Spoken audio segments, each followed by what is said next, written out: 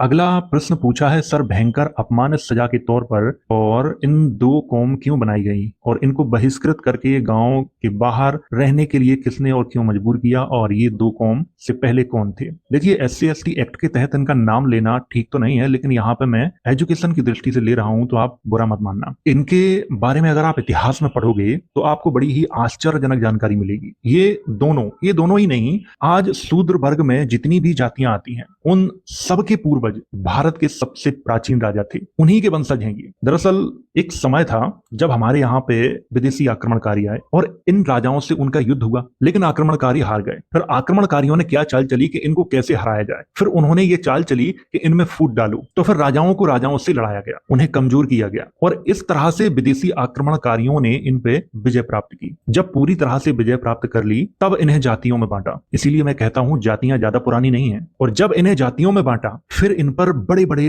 प्रतिबंध लगाए। शिक्षा का अधिकार इनसे छीन लिया, खेती धन दौलत ना रखने का अधिकार इनको दिया गया, अच्छा खाना नहीं खा सकते, और न जाने कैसे कैसे इन पर प्रतिबंध लगाए गए। ये लोग कोई और नहीं है, भारत के सबसे प्राचीन जो राजा हैं उनके वंशज हैं। हमारे यहाँ वाल्मीकि इनको नहीं कहा जाता है, लेकिन आजकल इन्होंने स्वयं को वाल्मीकि कहना शुरू कर दिया है, जो कि बिल्कुल गलत है। पहली बात तो वाल्मीकि कोई दलित नहीं थे, तो ये वाल्मीकि जो अपने आप को कह रहे हैं इनको नहीं कहना चाहिए। हमारे यहाँ इन्हें भंगी कहा जाता है, मेहतर कहा जाता है। अब भंगी से आप गलत ना समझें, भंगी का अर्थ पहले आप समझें। आप जब भारत की प्राचीन भाषाओं में जाओगे तब आपको पता चलेगा कि भंगी का अर्थ क्या होता है। जब बाद में इन लोगों ने संस्कृत बनाई तब उसमें भंगी का अर्थ इन लोगों ने बदला, अपमानित करने के लिए भंगी का अर्थ ही उल्टा कर दिया। भंगी का अर्थ क्या होता है? भंगी का अर्थ होता है जिस व्यक्ति ने अपने अंदर की बुराइयों को नष्ट कर दिया हो। अब आप सोचिए कि किसी व्यक्ति ने अपने अंदर की बुराइयों को नष्ट कर दिया है, वो कौन है? वो एक सिद्ध पुरुष है, वो एक महापुरुष है। और उस महापुरुष को कुछ विरोधी लोगों ने नीच क्यों कहा? इसलिए कहा क्योंकि वो उनके धर्म का नहीं था। आज शूद्र वर्ग में जितनी भी जातियां हैं, इनके जो पूर्वज थे बौद्ध धर्म को मानते थे, और कुछ जो बाहरी आक्रमणकारी यहाँ पे आए थे वो बौद्ध धर्म से नफरत करते थे। हालांकि कुछ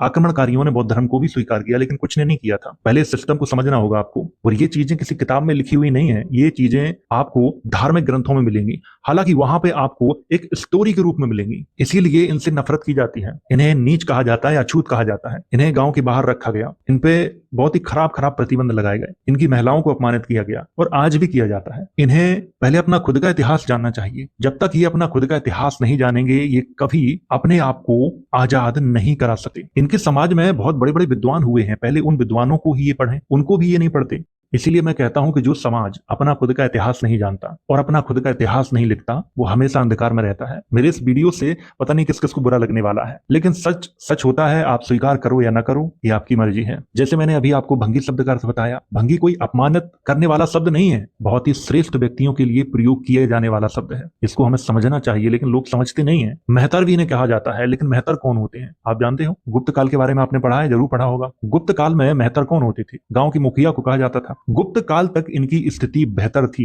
और इनकी स्थिति कब से खराब हुई?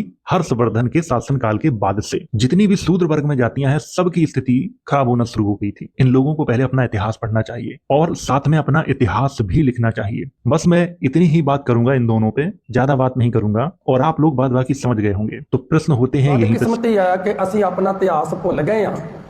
मैं एक नगर इधर मोगे के लागे कथा करन गया, ਉੱਥੇ ਭੰਗੀ ਸ਼ਬਦ ਬੋਲਿਆ ਤੇ ਉਹ ਸਫਾਈ ਕਰਮਚਾਰੀ ਇਕੱਠੇ ਹੋ ਕੇ ਆ ਕੇ ਕਹਿੰਦੇ ਬਾਕੀ ਸਾਰੀ ਕਥਾ ਸਾਨੂੰ ਬੜੀ ਚੰਗੀ ਲੱਗੀ, ਤੁਸੀਂ ਸਾਨੂੰ ਭੰਗੀ ਬੋਲਿਆ ਇਹ ਚੰਗਾ ਨਹੀਂ ਲੱਗਿਆ।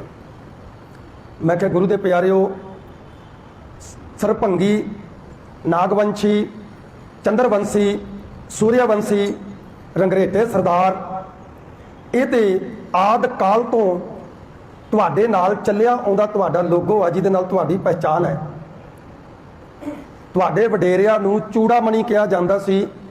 ਸਮੇਂ ਨੇ ਹੇਰ ਫੇਰ ਕੀਤਾ, ਆਰੀਅਨ ਲੋਕ ਚੜ੍ਹ ਕੇ ਆ ਗਏ, ਸਾਡੇ ਆਪਣਿਆਂ ਨੇ ਗਦਾਰੀਆਂ ਕੀਤੀਆਂ। ਮੁਹੰਮਦ ਇਕਬਾਲ ਇੱਕ ਬੜੀ ਸੋਹਣੀ ਗੱਲ ਰੱਖਦਾ, ਕਹਿੰਦਾ ਦੁਨੀਆ में जीना है तो दुनिया में आए हो तो जीने का हुनर रखिए, गैरों पे शक मत कीजिए मगर अपनों पे नज़र रखिए। ਜਦੋਂ ਵੀ ਸਾਡਾ ਨੁਕਸਾਨ ਕਰਦੇ ਨੇ ਸਾਡੇ ਆਪਣੇ ਕਰਦੇ ਆ, ਅਸੀਂ ਐਵੇਂ ਦੂਸਰਿਆਂ ਨੂੰ ਦੋਸ਼ ਦਿੰਦੇ ਰਹਿੰਦੇ ਆ। ਹਿਸਟਰੀ ਹੈ, ਇਹਨਾਂ ਸਰਪੰਗੀਆਂ ਦੇ ਵਿੱਚੋਂ ਰਾਜਾ ਇੰਦਰ ਹੋਇਆ, ਛੋਟਾ ਜਿਹਾ ਰਜਵਾੜਾ ਸੀ।